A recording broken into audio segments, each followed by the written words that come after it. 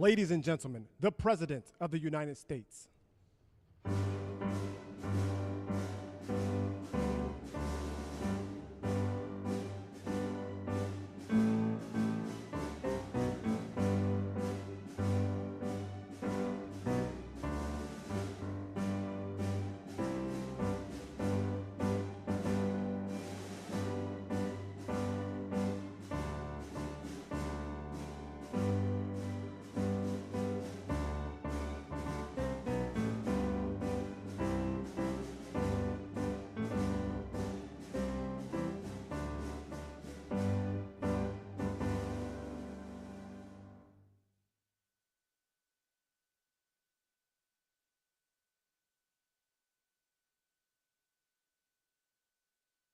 We've had some exciting days in the last week, I would say, mostly good. Some of the things you're reading about in Los Angeles, thank goodness we sent out some wonderful National Guard. They've really helped in a lot of problems they were having out there. They were afraid to do anything, and we sent out the troops, and they've done a fantastic job. So I want to thank them very much.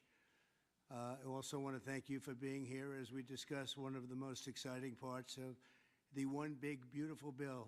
It is indeed a big, beautiful bill, and it's doing very well. The Trump Accounts, as they call it, pilot program, which will make it possible for countless American children to have a strong start in life at no cost to the American taxpayer. Absolutely no cost. It's going to have a huge impact. I want to thank House Speaker Mike Johnson for number one, being a great speaker, and number two, perhaps slightly less important, for being here today. Thank you, Mike.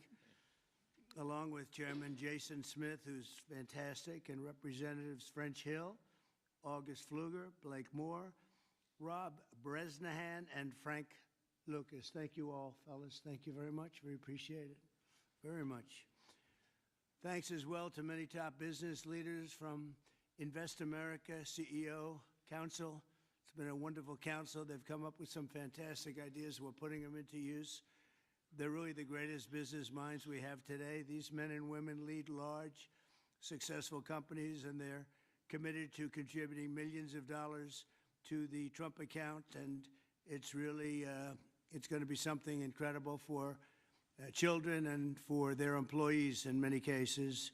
Here's how the accounts work. For every U.S. citizen born after December 31st, 2024, before January 1st, 2029, the federal government will make a one-time contribution of $1,000 into a tax-deferred account that will track the overall stock market. In other words, it'll be pegged to an index that we'll pick. Right, Michael? We'll pick it. We'll pick a good one. Maybe you should be the index. I'd like to have that. These kids would be very wealthy if that were the case. That would be a good idea. I think we might do that, Michael Dell. These accounts will be private property controlled by the child's guardians, and in many cases, those guardians will be the parents. We think probably the parents will be the guardians. They'll be open for additional private contributions each year from family, friends, parents, employers, churches, private foundations, and more. This is a pro-family initiative that will help millions of Americans harness the strength of our economy to lift up the next generation, and they'll really be getting a big jump on life, especially if we get a little bit lucky with some of the numbers and the economies into the future. In addition to the substantial financial benefits of investing early in life, extensive research shows that children with savings accounts are more likely to graduate high school and college, buy a home, start a business, and are less likely to be incarcerated. Trump accounts will contribute to the lifelong success of millions of newborn babies. They are fully, and this will be very interesting, I think, for everybody to hear, they are fully funded through targeted reforms in the One Big Beautiful Bill, like the $1.7 trillion in mandatory savings, welfare reforms to stop waste and fraud, a 3.5% remittance tax, and more. And it's just a part of that. The One Big Beautiful Bill is among the most important pieces of legislation in our country's history. I don't think there's ever been anything bigger. And I think it's going to go down as certainly one of the most important things we'll ever have done. in addition to the largest tax cuts in the history of our country, including the most powerful border security measures ever. It delivers major economic relief to the American workers' families. And there are so many things. Rebuilding our military, we built it just 8 years ago. We started and did a great job, but now we have to rebuild it again, plus technology change. All of a sudden, it's about drone. You know, we have a new form of warfare. It's drone warfare. So a lot of things change. We did a great job with the military, but now we're going to have to do some little tweaks, to put it mildly. And we'll be doing that, and we have it all nicely funded. I look forward to signing this into law. It's really something that we're having such an opportunity. And I have to say, he's here with us. He's a person that I've admired for a long time. You take a look at what he's done and followed his record. And it's Dell chairman, Michael Dell. He's done such an incredible job. It's, as a business person, I study business people, and that's a perfect one to study. It should be almost mandatory reading. So I want to congratulate you on that, and thank you for the idea, because you're the first one that really brought this to my attention. I know that you and your friends have been talking about it for a long time, but other presidents didn't get it done, Michael, right? So we got it done. Congratulations. Thank you very much. Sure. I want to also give some recognition to my friend Brad Gerstner, who helped get us all organized and that's right. And actually thank you very much. Good, Brad. Spearheaded this. Good. And also we have with us a very powerful man in the world of business, CEO David Solomon of Goldman Sachs. David, thank you very much. Thank you for having me here friend. today. Thank you.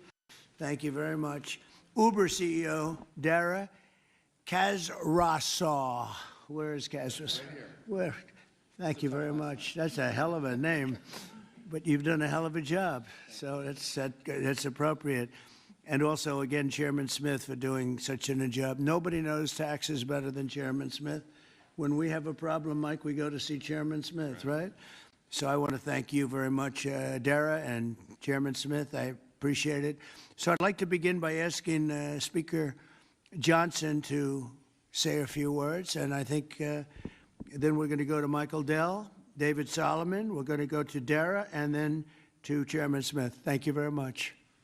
Mr. President, thank you so much for your bold, visionary leadership. It is the key to all of this great success that we are achieving. And the One Big Beautiful Bill, it is not an overstatement to say it will be one of the most consequential pieces of legislation in the history of Congress. There's a lot in here. And by extension, or I would say it is an extension of the figure who I believe will be the most consequential president of the modern era, if not all American history, and that's the gentleman sitting to my left. So I want to thank you for that. Thank you very much. That's a beautiful statement. Huh? Well, I like him too. Thank you. It's a statement of objective fact, and every working American understands, I think, the principle behind this concept that we're discussing today. If you have a 401k, you understand the power of investing early for the future.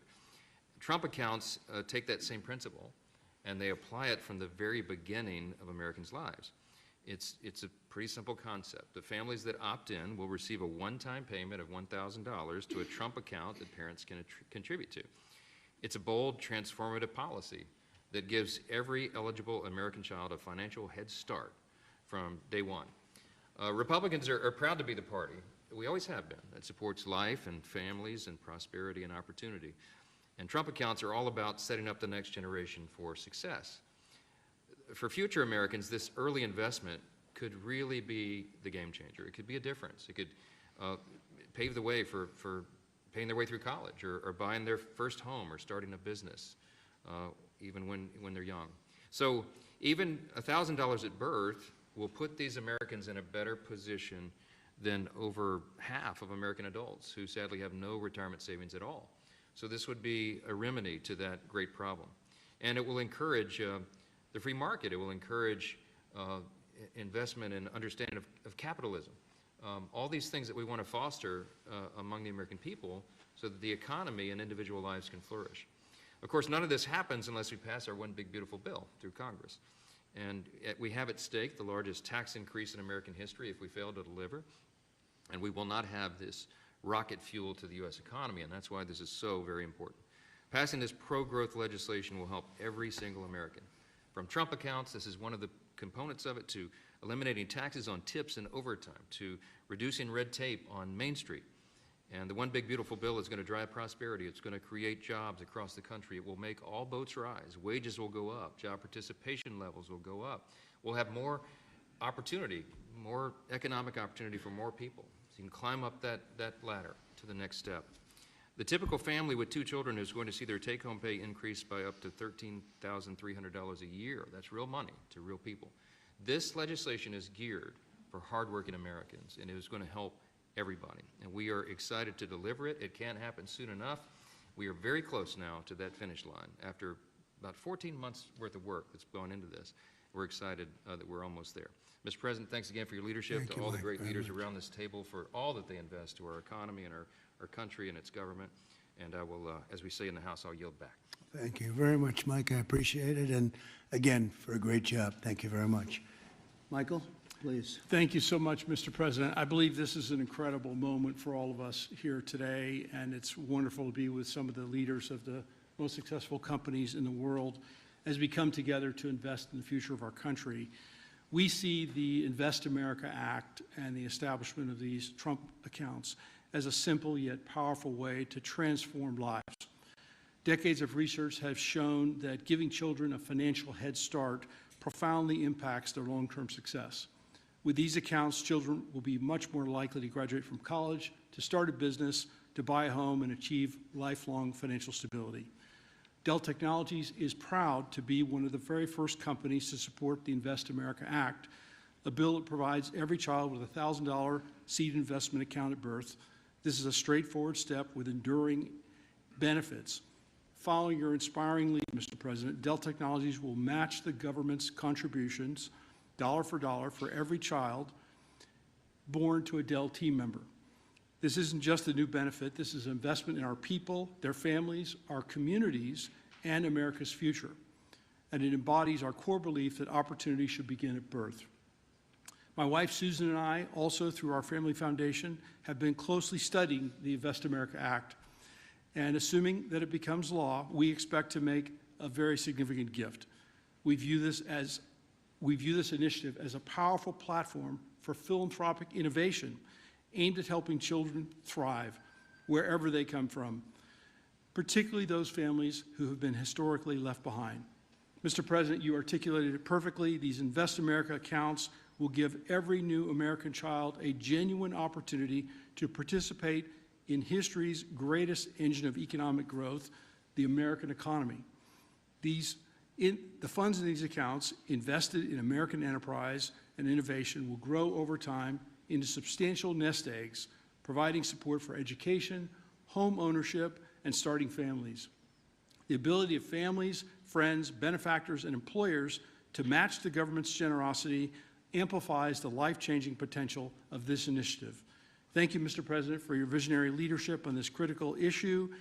These Invest America accounts will profoundly impact countless young Americans, ensuring they truly benefit from what Abraham Lincoln described as the right of every American, the right to rise.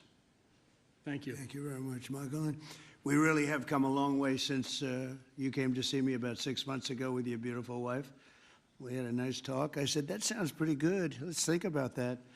And it's everybody I've spoken to about it, they can't even believe it. And because of great politicians and political leaders like we have, I think this is going to go quickly, very well and very quickly. So I appreciate it. Thank you very much. David Solomon, please. Thank you, Mr. President. I'm thrilled to be here with everyone and excited to participate in this important and timely discussion. I'd also like to acknowledge the efforts of so many in Congress on this very significant issue, and in particular the members here, and particularly the leadership of Senator Cruz and Representative Moore, who have played a big role in helping drive this forward. We also wouldn't be here today without the leadership of Brad Gerstner and Michael Dell in really having the vision, the energy, the passion, the commitment to help move this forward. So thank you both. There are many reasons why the United States has the largest and most dynamic and most innovative economy in the world. But one of the most important is the fact that our system of democratic capitalism incentivizes a culture that does not penalize people for taking risks. In fact, it incentivizes people to have a vision to go out and attract funding that's necessary to make their vision a reality. It is no mistake that many of the most important and innovative companies in the world today started in a parent's garage or on a college campus or in any one of a number of unlikely places in the United States. One of my worries is that our current and future generations of young people don't fully appreciate and aren't as educated as well as they can be on markets and capitalism. And while capitalism is not perfect, it helps fuel the American dream. This initiative gets at the core of binding those future generations to the benefits and the potential of America's great companies and markets. Early childhood investments have far-reaching benefits, and Goldman Sachs is proud to support this initiative. This is an exciting opportunity for public-private partnership and for both communities and companies to invest in young people, the future of America. Once we see the Invest in America Act signed into law, Goldman Sachs would be excited to further support this Invest in America initiative. We believe passionately in our capital markets. They are an enormous competitive strength for the United States, and we know that our economy's future vitality is dependent on young people understanding the power of investing for the long term and sharing in the benefits of ideas that bring value to the lives of people around the world. Thank you, Mr. President, for helping drive this forward, and I look forward to continued partnership on this effort.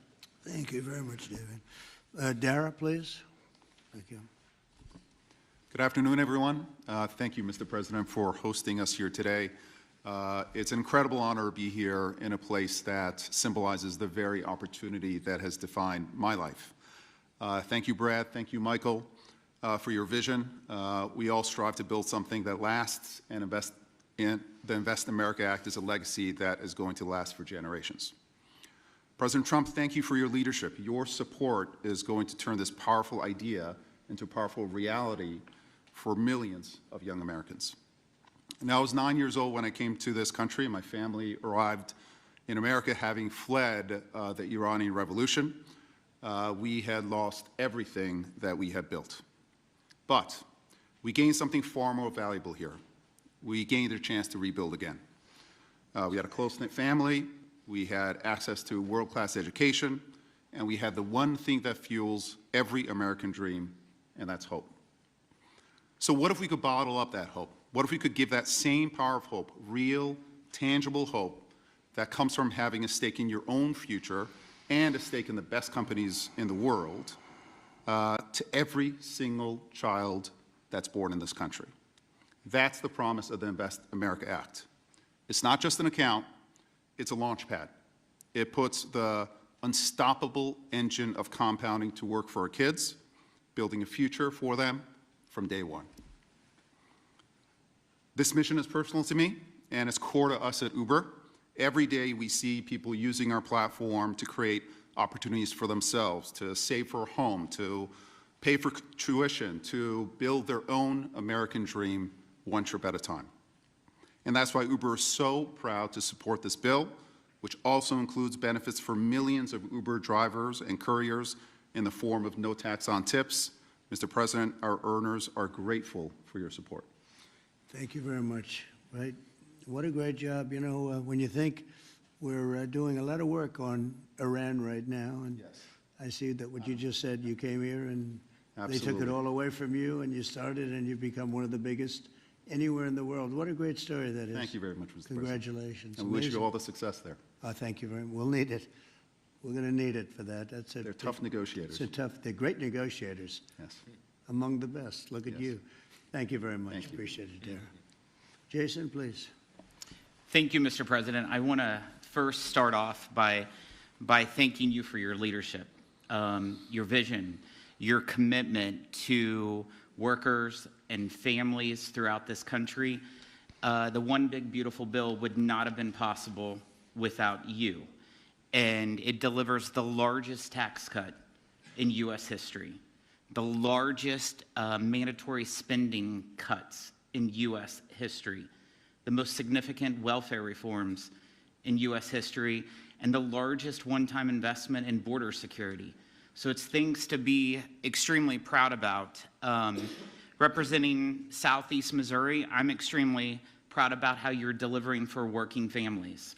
no tax on tips. A waitress like the waitress in Nevada that talked to you about no tax on tips, and the other 4 million tipped employees in the country, they will see an extra $1,700 in their paycheck because of the no tax on tips. That's significant for someone who's just trying to put food on their table and clothes on their backs. The linemen working overtime to restore power will get an additional $1,750 into their paycheck. Seniors will get $72 billion in tax cuts. The Trump investment accounts will be a game changer for new parents, even before their newborn baby can walk or talk. Their child will have money saved to one day learn a trade, start a business, or to buy a home. Every child born under this policy will have a better shot at a future. It does not matter if they live on a city block or on a county road. This will make a significant difference to their lives, and it's because of your leadership, Mr. President, and we say thank you. Well, thank you very much, Jason, and hopefully we're going to get that through, and we have a certain date picked out, an ideal date. If it takes a little longer, that's okay, but ideally we're going to get by a certain date. And again, I think it's one of the most important pieces of legislation we've ever had before us and that the country's ever had.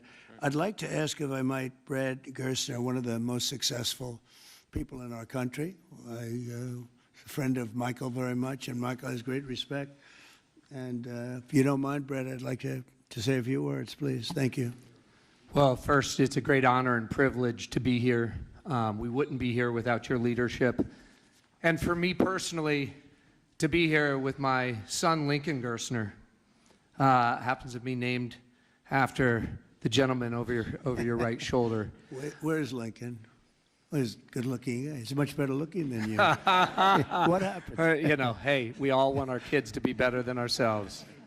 But it was around our small kitchen table that this idea was really born. I started off like Jason Smith in a small rural town in Indiana. My dad had lost everything in 1978 trying to start an auto parts company, and the Japanese were tearing apart our auto industry. We had double-digit interest rates and inflation. Our family mortgaged the house to keep the company going and ultimately lost everything. So I know a little something about starting with nothing. And I know what it felt like that first time you had a little skin in the game, where you thought you had a shot. You went from nothing to something. And like Dara said, that is the great story of America. The promise that there's mobility, the promise we can move up that ladder. But today, we've moved to a society of dependency, right? I saw somebody answer the White House's tweet on this today by saying the answer to socialism is more capitalism. This is more capitalism. Yeah. This is aligning every child in America with the upside of free markets and the benefits. And that is your Main Street agenda, Mr. President. No tax on tips, that doesn't help rich folks. That helps the people who feel left out and left behind. No tax on overtime, no tax or deduction on Social Security, and the Trump accounts, right, that everybody in this room are here and we've been working so hard on, but would never come to fruition without your leadership. Those will change the game forever. It makes America an ownership society again, because all of those kids will see the benefit of compounding. If you start with $1,000 and $750 is added a year by parents, grandparents, by churches, by the companies in this room who will all contribute to the accounts of the kids of their employees, by the great philanthropists in America. I think $750 is a low estimate per year. I think so. But if you do that, by age 18, Mr. President, these are worth $50,000. By age 30, they're worth $175,000. And if you do it every year of your life, at age 50, they're worth $1 million. You are giving the shot for every American to feel like they're in the game again, part of America with that economic mobility, that dream that led Michael Dell to start Dell Computer in his dorm room, Dara to feel like he had a shot after coming here from Iran, and a couple poor kids from Missouri and Indiana to make it to where we are today. So thank you for your leadership. This would not happen without the reconciliation bill and the work of the many in this room, but spearheaded by the Speaker and Jason Smith, the big, beautiful bill. This is the vehicle to get the Invest America Act passed. So thank you, sir. Well, thank you very much, Brett. Great job. And nobody knew I was going to call you. He might have done the best job of the group. Got to think about that, Mike. Good recommendation, Michael. Does anybody have any questions? I think it's something that's really got to be talked about because it's somewhat of a miracle that we're close to pulling it off. Please. What's the latest estimate on when you think the big, beautiful bill will pass? We put Independence Day as a self-imposed deadline, and we certainly hope, I believe, we can still meet that. It's up to the Senate. The bill's in the Senate's hands now, but spoke with Leader Thune as recently as last night. He's feeling very optimistic. You see the Senate going through the same deliberations we went through in the House, except we had 14 months to do it. They've got a truncated time period to get that done. But as you all know, I've encouraged my dear friends and colleagues over there, don't modify it too much, because we've got a very delicate balance that we reached, and it took us a long time to get there. And we don't want to upset that balance too much. So they're putting their fingerprints on it. I hope it'll be a light touch, and they'll send it back, and we'll get this thing done and get to the President's desk. And really, we have tremendous spirit. I've never seen anything like it. There's just an unbelievable. We'll always have a couple of people. I don't want to use the word grandstanders. I'd never use such a word, but you'll always have that a little bit. But maybe you won't even have that. Who knows? There's tremendous spirit for this bill. I think like we haven't seen very much, Jason, right? We haven't seen too much. So I think it's going to go pretty quickly. Prime Minister Netanyahu, you just mentioned Iran. Did you discuss Iran? Very Did you well. discuss We the discussed a lot of Gaza, things. the Gaza war? Yeah, we discussed a lot of things, and it went very well, very smooth. We'll see what happens. You know, we're trying to do something with a country we just spoke about, Iran. I think you should negotiate this. You might be better. I think I'm going to send you today. What a good idea. This could have been the idea of the day. We'll have Dara get up and negotiate. They are good negotiators, but they're tough. Sometimes they can be too tough. That's the problem. So we're trying to make a deal so that there's no destruction and death. And we've told them that, and I've told them that, and I hope that's the way it works out. But it might not work out that way. We'll soon find out. Yeah, please. When you were talking about unrest in American cities, you said, quote, "We have to go by the laws. We can't call in the National Guard unless we're requested by a governor." What changed now? Why is this situation different to not consult with Governor Newsom about this? Well, the biggest change from that statement is we have an incompetent governor. So I talked about governors, but I didn't talk about he's an incompetent governor. Look at the job he's doing in California. He's destroying one of our great states. And if I didn't get involved, if we didn't bring the Guard in, and we would bring more in if we needed it, because we have to make sure there's going to be law and order. You had a disaster happening, and they now admit it was a disaster. I watched the chief yesterday, who's a good man, by the way, and he said, "Wow, we're lucky we did this because they were overwhelmed. You saw what was happening." So we did the right thing. Everybody agrees to that. But you have a governor who let the city burn down, didn't want water to be sent down to him. I sent billions of gallons of water. I wanted to do it in the first term. He wouldn't do it over, I don't know, they have environmental reasons, but there were no environmental reasons. I think it's just a political philosophy. But it's lucky for the people in Los Angeles and in California that we did what we did. We got it just in time. It's still simmering a little bit, but not very much. Yeah, please. And what crime has he committed that would warrant his arrest? What crime has Governor Newsom committed? A crime has he committed? Yeah, to warrant his arrest, as you I think his suggested earlier. primary crime is running for governor because he's done such a bad job. What he's done to that state is like what Biden did to this country. And that's pretty bad. It's the wrong philosophy. Thousands, hundreds of thousands of illegal immigrants, many of them prisoners. They're taking up your health care. They're taking up your space in schools. They're taking up your hospital. And in many cases, they're criminals. And we have to do something about it. And we're doing something about it. I want to thank the incredible patriots of ICE and Tom Homan, who has been incredible, and Kristi Noem, likewise incredible. the job they're doing. And it's like an unforced error. There was no reason for this. 21 million people were allowed into our country, and many of those people were criminals. And it's a shame. It's a shame. But we're getting them out. And I will say, I think it's a 95-5 issue, just like so many other issues, 95-5. And the Democrats lost an election in a landslide because they're on the wrong side of the issues. I mean, it's not even conceivable that somebody would do the kind of things that he did. And then, you know, you talk about projects. They want to build a train going from San Francisco to L.A., and it's costing hundreds of billions of dollars more than they thought it was going to cost. It's not even believable. To Brad and to people sitting here, would you believe that a train, it was going to cost X dollars and it might be 100 times X? Would have paid for this for about 50 million American children. You're right. 50 million American children instead of a 3-mile train track that never got built. We could have put Lincoln in charge with no experience. He would have done a good job. I guarantee you that.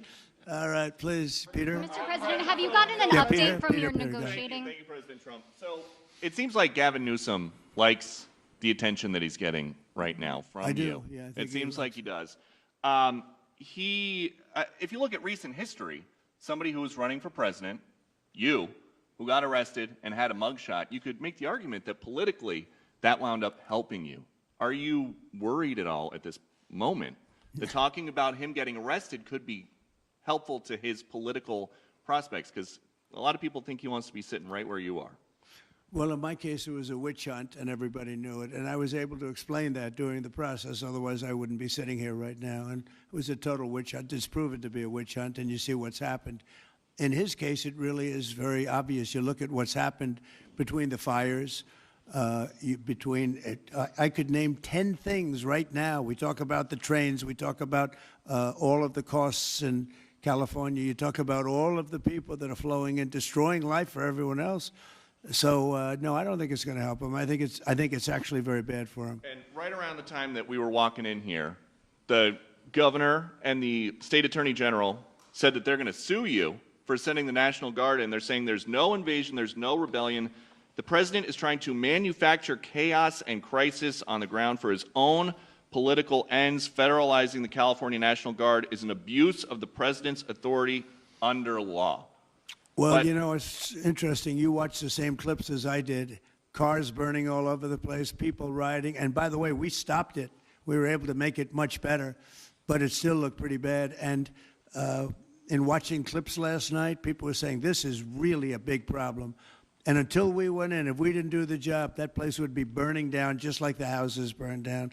They were in big trouble last night, Peter. You know it. And the night before, and the night before that. And I feel we had no choice. I don't want to see happen what happened so many times in this country. I watched Minneapolis burn. Look at what happened in so many different parts of California. You take a look at what happened in San Diego. There's so many different places where we let it burn. We want to be politically correct. We wanted to be nice. We want to be nice to the criminal. And what you're doing is destroying the fabric of our life in this country. No, we did the right thing. We've been given credit by people that I would least suspect. Why I would say that some of the people that came in and said, thank goodness, they said, some of them, thank God that Trump got involved. And I'm very happy I got involved. And I think Gavin, in his own way, is probably happy I got involved. Yeah, go ahead, Peter. What do you make of the fact that he says, you want a civil war on the streets of America? No, it's just the opposite. I don't want a civil war. A civil war would happen if you left it to people like him. And I liked him. You know, I always got along with him. Never had a problem with him. But he's grossly incompetent. Okay. London. Have you gotten an update from your team in London negotiating? What? Louder. Have you gotten an update from your team in London negotiating the China trade talks? We are doing well with China. China's not easy, just like your home country is not easy, Dara. I think we're doing very well. They're over there now. I'm only getting good reports. It's a little early, but they'll be calling in soon. In fact, probably when I get back, I'll have my first call from them. We want to open up China. And if we don't open up China, maybe we won't do anything, but we want to open up China. It'll be a great thing for China, a great thing for the rest of the world. Are you willing to lift export controls when it comes to China? Did you give your negotiators any sort of limitations? We're going to see. Look, China has been ripping off the United States for many years. Nobody charged them 10 cents. No president had the courage to charge China for whatever reason. They didn't want to do it. I took in hundreds of billions of dollars. I put on tariffs on China when I got in first term, and we took in hundreds of billions of dollars. And then I did it again, but I did it for a lot of others. If you look at the stats, the deficit last month was cut in half. Everybody was shocked. I wasn't shocked. I think a lot of the people at this table weren't, because they saw the billions of dollars that were pouring in, and the tariffs hadn't even started yet, just about. They were in cars. They were in some countries at a very minor level. And we cut the deficit in half, and it was a big story a couple of days ago. They said, I don't believe, one of the announcers on a business network went wild, said, I can't believe these numbers. Those numbers are good. The numbers are going to be very good. I think we're going to have a great 4 years. You know, we had the greatest economy in history during my 4 years. I think this one's going to blow it away. Yeah, please. Mr. President, go ahead, please. Do you have a message for Greta Thunberg, and did she come up on your call with the Prime Minister today? Well, she's a strange person. She's a young, angry person. I don't know if it's real anger. It's hard to believe, actually, but I saw what happened. She's certainly different. Anger management. I think she has to go to an anger management class. That's my primary recommendation for her. Was she kidnapped by Israel, as she says? Was she kidnapped? I find it. I think Israel has enough problems without kidnapping Greta Thunberg. And secondly, are you going to Is that what she said? She was kidnapped by Israel? Yes, sir. Are you going to get rid of the Tesla and the Starlink service that you have here at the White House? No, I haven't heard that. I mean, I may move the Tesla around a little bit, but I don't think we'll be doing that with Starlink. It's a good service. Where are you going to move it to? Move it around. What do you mean? I have a lot of locations. Actually, about the Tesla. I got so many locations that I don't know what to do with them all. About the Tesla, did you ever see Elon Musk get physical with the Treasury Secretary? No, I didn't.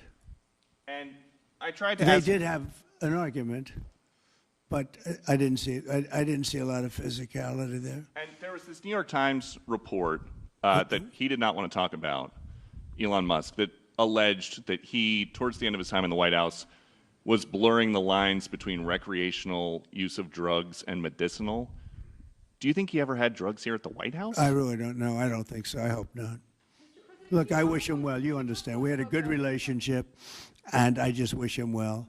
Very well, actually. Yeah. About aid in Gaza, you mentioned now the flotilla. Do you have a response at all about Israel intercepting this boat? And can you give us an update on what's happening to the entry of aid into Gaza right now? We've had people being shot by Israeli forces who are trying to get aid from the Gaza Humanitarian Foundation. Yes. Gaza right now is in the midst of a massive negotiation between us and Hamas and Israel, and Iran actually is involved. And we'll see what's going to happen with Gaza. We want to get the hostages back. That's all I can tell you. Yeah, please, in the back. I'm going back to California briefly. You had said yesterday when asked by reporters that it was not an insurrection taking place, but then on True Social a bit later, you had said they were insurrectionists. After what you've seen You're talking about in L.A.? Yes, sir, in L.A. I wouldn't call it quite an insurrection, but it could have led to an insurrection. I mean, that was a lot of harm that was going on last night. I watched it very closely. And it was amazing that the job that the National Guard did. And by the way, the police were working very hard also. But, you know, the police are given instructions to be politically correct. I said, no, you don't have to be politically correct. You have to do the job. And on Elon Musk, do you plan to speak to him on the phone anytime soon? I know some. Which one? On Elon Musk, do you plan to speak to him on the phone anytime soon? I haven't really thought about it, actually. I would imagine he wants to speak to me. I would think that. If I were him, I'd want to speak to me. And maybe he was already called. You'd have to ask him whether or not he's already called. But I'd have no problem with it. If he calls you, pick up and speak to him. Well, I don't want to say that, but I would imagine he'd want to talk to me. Mr. President, you were supposed to get a counter. Yeah, please. You were supposed to get a counter proposal from Iran today Have you gotten that proposal? And what We is have the a main meeting on impediment? Thursday. We have a meeting with Iran on Thursday, so we're going to wait till Thursday. And what's for the that main proposal. impediment to getting a deal? Well, they're just asking for things that you can't do. They don't want to give up what they have to give up. You know what that is. They seek enrichment. We can't have enrichment. We want just the opposite. And so far, they're not there. I hate to say that because the alternative is a very, very dire one, but they're not there. They have given us their thoughts on the deal, and I said, you know, it's just not acceptable. This is the main topic for Prime Minister Netanyahu today when you spoke? I would say, yeah. I don't know what else. I can talk about the weather. Well, you can talk about Lebanon. Pretty much, that's the main topic. Lebanon is the ceasefire. We in talked about Lebanon. Lebanon also, yeah, we did. What about Lebanon, sir? Well, Lebanon's working very hard. They have a great new ambassador that I put there. Man, I know very well. He's very smart. I didn't even know he was Lebanese. And I said, why would you want Lebanon? He said, I was born there. I love it. I love the people. I said, you know, it's very dangerous going to Lebanon. There are some ambassadorships that are wonderful. There are some that are dangerous. I said, Michel, his name is. It's a he, Michel, very elegant man. And I said, why would you want this? And he said, because I love my country and I love those people. I said, it's very dangerous. He goes, I don't care. This is not a man that lived on danger. He's a very successful man from here. And he wanted to be the ambassador despite probably a very dangerous situation he's going into. You see what's going on. But I had great respect for that. He loves that country. He loves it. He was born there. He loves the country. Yeah. Mr. President, you've got a big, beautiful parade coming up on Saturday. We do. What's your biggest expectations for that? And I've got a second question in regards to Gavin Newsom. Go ahead and talk about the big, beautiful parade. It's such a, thank you, Brian. It's such a, I think, important moment for this country. You know, 2 weeks ago, I was calling people and back and forth with leaders, including President Putin, including French president, including lots of different people. And all of them said, we're celebrating victory in World War II. And I said, wow, isn't that amazing? We're the only one that wasn't celebrating, and we're the one that won the war. Now, Russia did help. They did lose 51 million people, in all fairness. People would say, oh, he's sticking up for Russia.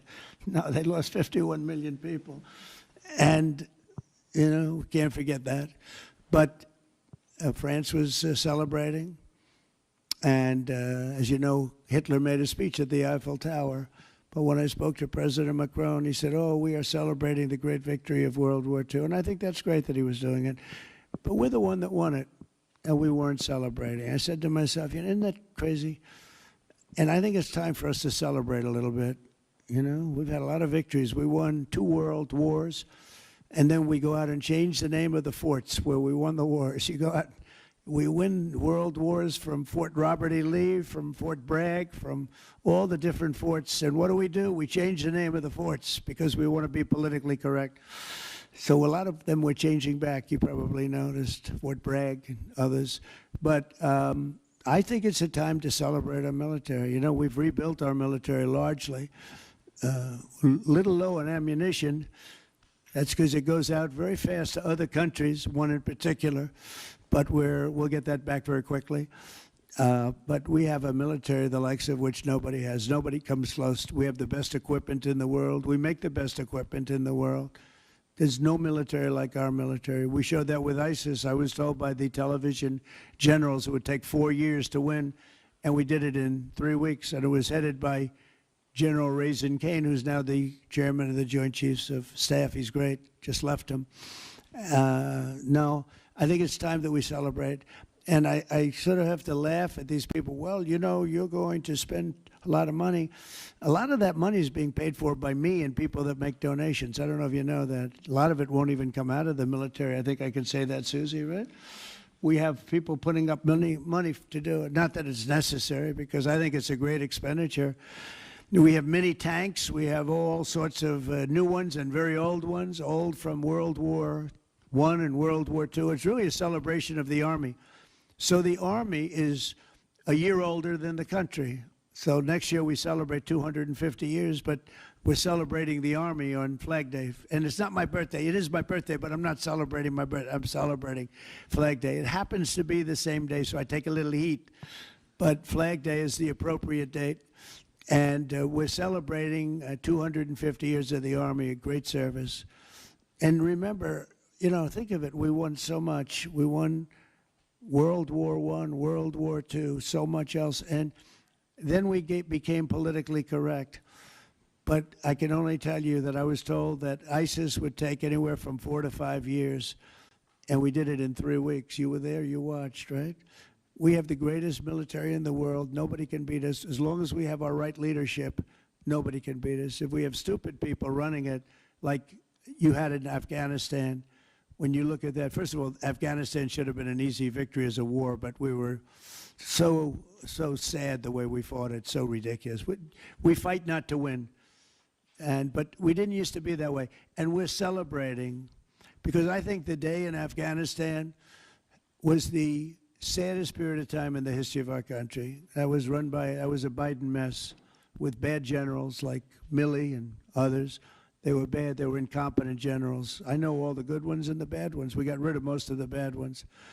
But it was time to celebrate, and that's what we're doing. So it's on June 14th, and it's going to be a parade the likes of which I don't know if we've ever had a parade like that. It's going to be incredible. We have even though it's the Army, we have a lot of those Army airplanes flying over the top, and we have tanks all over the place, and we have thousands and thousands of soldiers going to bravely march down the streets. It's going to be a beautiful day, I think, and we're going to celebrate our country. You spoke of leadership, and real quickly, speaking of Gavin Newsom, is he the right leader for California, considering how massive their economy is and all these U.S. investments coming in? Is he the right governor and leader for the future of California and for U.S. investments? I don't think he is. I mean, I think he's done a terrible job. And, you know, he's a guy, I always got along with him. You look at his past statements about me. I was a great president. I always took care of California, you know, all that. But I'm just talking on results. You look, you know, he has the advantage of beautiful weather, maybe the best weather of any state when you think about it.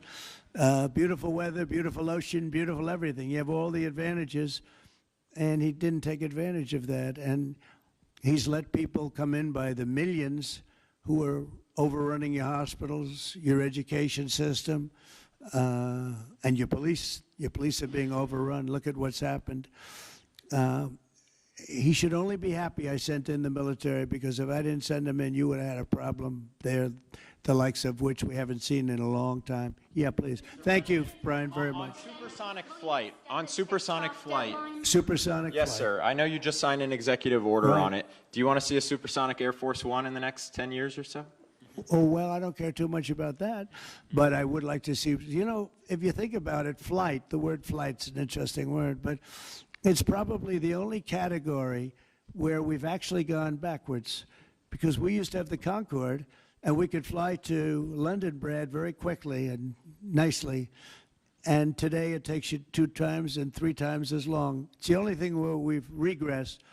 By the way, the Concorde, to my way of thinking, to this day, Michael, because you're very much into aesthetics, I know, but to this day was one of the most beautiful pieces of art I've ever seen. It was a piece of art, the beauty of the Concorde. It was the most beautiful plane, but it was you know, got you there in half the time. Now you spend a lot of time, and there's no reason for it. Because, you know, they have the sonic boom. It's not a huge problem, but they have the sonic boom thing pretty well figured out. The technology changes, the change in the skin, the change in weight, all of the other things. There's no reason why we shouldn't do great. So we are making it possible for them to do supersonic and get us back on the track. I mean, think of it, 30 years ago, we actually had planes that flew much faster than we do now. It took you half the time to get to a location. So we've regressed, and we're going to progress. Okay? Right. Sort of an amazing thing, isn't it, though? We've gone backwards. On Wall Street, they haven't done that. If Goldman Sachs was like that, you wouldn't have Goldman Sachs anymore. Yeah, please. Are you planning to deploy Marines in California to address the situation in Los Angeles? Are you going to deploy Marines in California? We'll see what happens. I mean, I think we have it very well under control. I think it would have been a very bad situation. It was heading in the wrong direction. It's now heading in the right direction. And we hope to have the support of Gavin, because Gavin's the big beneficiary as we straighten out his problems. I mean, his state is a mess. And I'd like to get somebody involved in the rail because, look, personally, it should have never been built because you can fly there for $2. And what are you doing? They're doing that. You could drive. You could do lots of different things. You know, if they did a study, if you gave every passenger the finest limousine service in the history of our world, the most expensive chauffeur-driven, white-glove limousine service back and forth, we would have saved billions of dollars as opposed to building this monstrosity that's going up. And I've never seen anything. You know, I've seen cost overruns. I'm a person, I've always done well on cost overruns. I don't have them. But I will tell you, I have never seen cost overruns. You see them where they're 20% more, 50%, 100% more. These are thousands of percent. Nobody even knows. They have no idea. And it was supposed to be from San Francisco to Los Angeles. Well, they just made it way outside of Los Angeles. Where it's stopping in the middle of, I don't want to say nowhere because I happen to like one of those little cities very much, but it's way short of the destination. And our government is saying, you know, why are we involved in this thing? It's been handled so badly before him, but he really blew it. So, you know, all right, one more question. Speak to any of the discussions that were had there and the purpose of that retreat, your time at Camp David. On a what? Your time at Camp David. Can you speak to what discussions were had there and the purpose of that retreat? Well, I don't want to speak to discussions. I mean, I told you what we were there for a little bit. We had discussions on many topics. We had a group of people, a large group of people, including generals and admirals and lots of others. And all I can say is our country's in great shape. We're in great shape economically. The bill that Mike and Jason and all the people are working on is going to be, I think, amazing. I think it's going to be one of the most important pieces of legislation we've ever had in this country. It's going to do things that you wouldn't believe. We're going to, you know, I have a very simple phrase. We ran an election on very simple words: make America great again. That's what we're doing. We're making it great. We're making it safe. We're making it beautiful.